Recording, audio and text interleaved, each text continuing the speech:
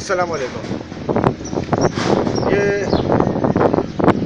सिलसिला कल से जीएम सरजानी ने दोबारा शुरू किया है कि वो एरिया के अंदर स्लाइटली कल सुबह इसने 1 घंटा या 1.5 घंटा दोबारा उसी तरीके से लोड शेडिंग की और वही टेक्निकल इश्यूज़ की आड़ में छुपने की कार्रवाई है।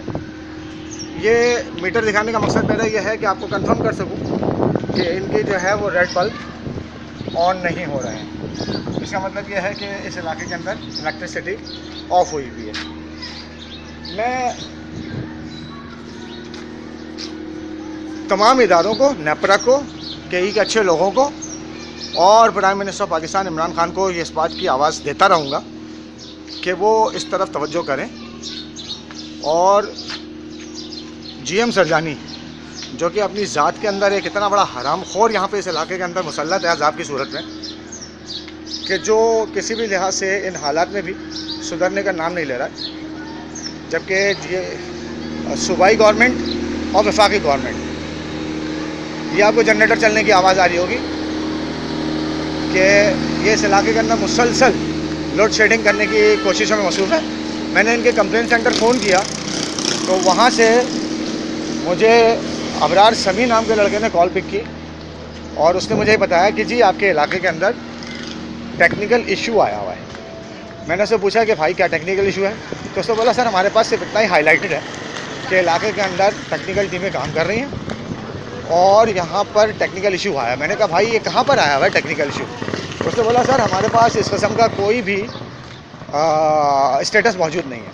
मैंने कहा अच्छा भाई कितनी देर लगेगी?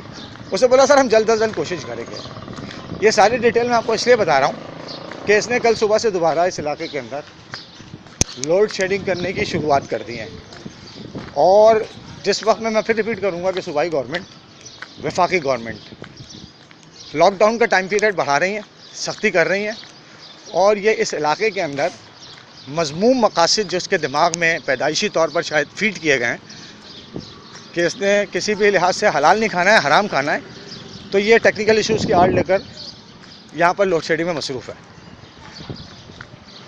मैं ये बात बड़े आराम से कह सकता हूँ कि ये अगर अपने हराम खाने से बाज नहीं आएगा तो मैं भी इसके इस हरामकारी को लोगों के सामने लाने से बाज नहीं आऊँगा।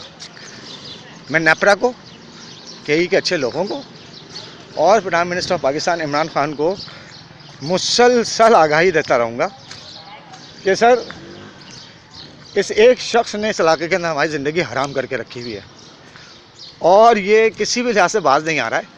तो या तो ये इतना ताकतवर आदमी है सर कि स्टेट को चैलेंज कर रहा है और मैं बड़ा हैरान हूँ, लेकिन मैं अपनी एफ़र्ट से बाज नहीं आऊँगा। ये जब इस इलाके के अंदर किसी भी लिहाज से लोड शेडिंग करने की कोशिश करेगा, मैं इसके इन मकासद को एक्सपोज करता रहूँगा। मैं एक दिन लेट किए बगैर, और इस इलाके के अंदर कोई दर्जनों के हिसाब से लोग मौजूद हैं जो मुसलसल एक दिन लेट किए बगैर अपनी बिल पेमेंट कर रहे हैं और एक पैसे की चोरी नहीं कर रहे हैं।